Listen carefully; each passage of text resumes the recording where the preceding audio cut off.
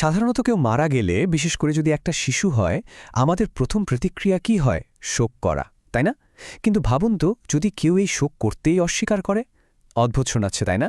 আজ আমরা ডিলান টমাসের ঠিক এমনই এক বিখ্যাত আর বেশ বিতর্কিত কবিতা নিয়ে কথা বলবো। এই কবিতাটা শোক নিয়ে আমনের সব পুরনো ধারণাকে একেবারে নাড়িয়ে দেয়। চলুন এর গভীরে ঢোকা যাক। কবিতার শিরোনামটাই দেখুন, শুরুতেই একটা মস্ত বড় প্রশ্ন তুলে দেয়। একজন কবি আগুনে পুড়ে মারা যাওয়া একটা শিশুর জন্য শোক করতে রাজি নন? তাহলে এই যে আপাত দৃষ্টিতে একটা নিষ্ঠুরতা মনে হচ্ছে, এর পেছনে আসলে কি গভীর ভাবনা থাকতে পারে? কবিতাটা ঠিকমতো বুঝতে হলে আমাদের একটু পেছনে যেতে হবে। সময়টা দ্বিতীয় বিশ্বযুদ্ধ, আর জায়গাটা হলো লন্ডন। শহরটা তখন জার্মান বোমারু বিমানের লাগাতার আক্রমণে বিধ্বস্ত। চারদিকে শুধু মৃত্যু আর ধ্বংস। ঠিক এমনই এক ভয়ঙ্কর আবহের মধ্যে একটা শিশুর মৃত্যুকে কেন্দ্র করে এই কবিতার জন্ম।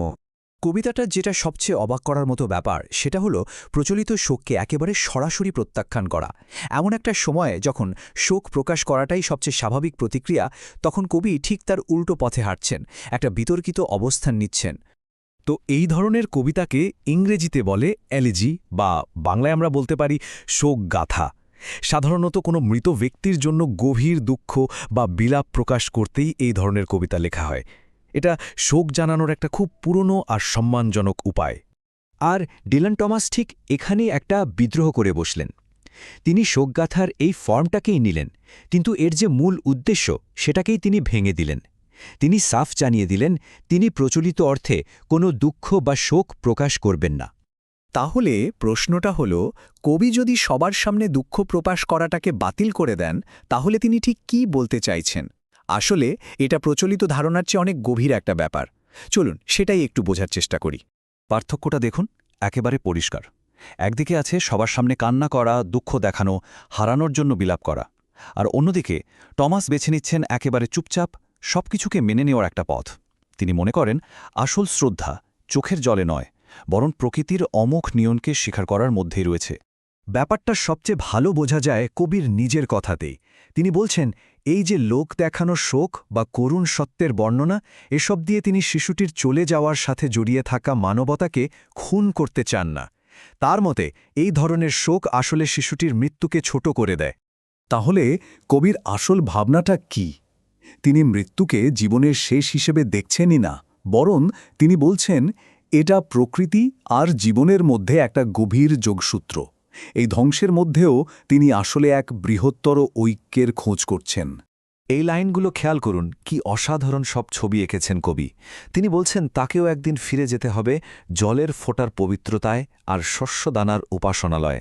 এখানে জায়ন বা সিনোগগের মতো ধর্মীয় শব্দ ব্যবহার করা হয়েছে, কিন্তু কোনো নির্দিষ্ট ধর্মের কথা বলতে নয়। কবি আসলে বোঝাতে চেয়েছেন প্রকৃতি নিজেই একটা বিশাল পবিত্র উপাসনালয়। চলুন এই জটিল ছবিগুলোকে একটু সহজ করে দেখি। দেখুন, শিশুটি এখানে শুধু একটা শিশু নয়, সে আসলে যুদ্ধে হারিয়ে যাওয়া সমস্ত নিরীহ জীবনের প্রতীক। তার মায়ের অন্ধকার শিরা বলতে পৃথিবীকে বোঝানো হয়েছে, যেখানে সে ফিরে গিয়ে প্রকৃতির অংশ হয়ে গেছে। আর জলের ফোঁটা বা শস্যে দানার মতো অতি সাধারণ জিনিসের মধ্যেও কবি একটা ঐশ্বরিক চক্র খুঁজে পাচ্ছেন, যেখানে জীবন আর মৃত্যু মিলেমিশে একাকার। সোজা কথায় বললে মৃত্যু কোনো শেষ নয়, এটা শুধু একটা রূপান্তর। প্রত্যেকটা আত্মা প্রকৃতির সেই অসীম জীবনস্রোতে ফিরে যায় যেখান থেকে সবকিছু শুরু। আর এখন আমরা কবিতাটার একেবারে সেই জায়গায় পৌঁছে গেছি যেখানের আসল রহস্যটা লুকিয়ে আছে। কবিতার সবচেয়ে বিখ্যাত লাইনটির অর্থ এখন আমরা জানব। এখানে একটু মন দিয়ে শুনতে হবে। কবির এত বড় একটা ভাবনা, এত গভীর দর্শন, সবটা ধরা আছে মাত্র কয়েকটা শব্দে। এটাই এই কবিতার প্রাণ। After the first death there is no other. মানে, প্রথম মৃত্যুর পরে আর কোনো মৃত্যু নেই। একটু ভাবুন তো লাইনটা নিয়ে, এর গভীরতাটা অনুভব করার চেষ্টা করুন। চলুন ধাপে ধাপে বোঝার চেষ্টা করি এর মানেটা কি। প্রথমত, আমাদের শরীরের মৃত্যু জীবনে একবারই হয়। এর সাথে সাথে ব্যক্তি হিসেবে আমাদের অস্তিত্ব শেষ হয়ে যায়। কিন্তু কবির মতে আমাদের আত্মা তখন প্রকৃতির সেই বিশাল সত্তার সাথে মিশে যায়। তাই দ্বিতীয়বার, মানে আধ্যাত্মিকভাবে, আর কোনো মৃত্যুর ভয় থাকে না। মৃত্যুই আসলে প্রকৃতির সাথে চূড়ান্তভাবে এক হয়ে যাওয়া।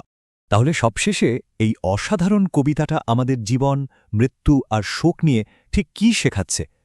এর থেকে আমরা কি টেকঅ্যাওয়ে পেতে পারি? সংক্ষেপে বললে কবিতাটি আমাদের শেখায় যে মৃত্যু আসলে প্রকৃতিরই একটা নিয়ম, অনন্ত এক চক্রের অংশ। আর সত্যিকারের শোক মানেই গলা ফাটিয়ে কান্না নয়, এটা হতে পারে এক গভীর নীরব গ্রহণযোগ্যতা। সবচেয়ে গুরুত্বপূর্ণ কথা হল, সব জীবন, সে মানুষ হোক বা গাছপালা, সবই আসলে এক সূত্রে গাথা। মৃত্যু সেই বাঁধনকে ছিঁড়ে দেয় না, বরং তাকে আরও পূর্ণ করে তোলে। তো সব আলোচনার শেষে একটা প্রশ্ন থেকে যায়, শোক কি সবসময় হারানোর বিরুদ্ধে একটা বেদনাদায়ক লড়াই, নাকি এটা প্রকৃতির নিয়মকে মেনে নেয়ার একটা শান্ত গভীর অনুভূতিও হতে পারে? ডিলান থমাসের এই কবিতা আমাদের ঠিক এই নতুন পথেই ভাবতে শেখায়।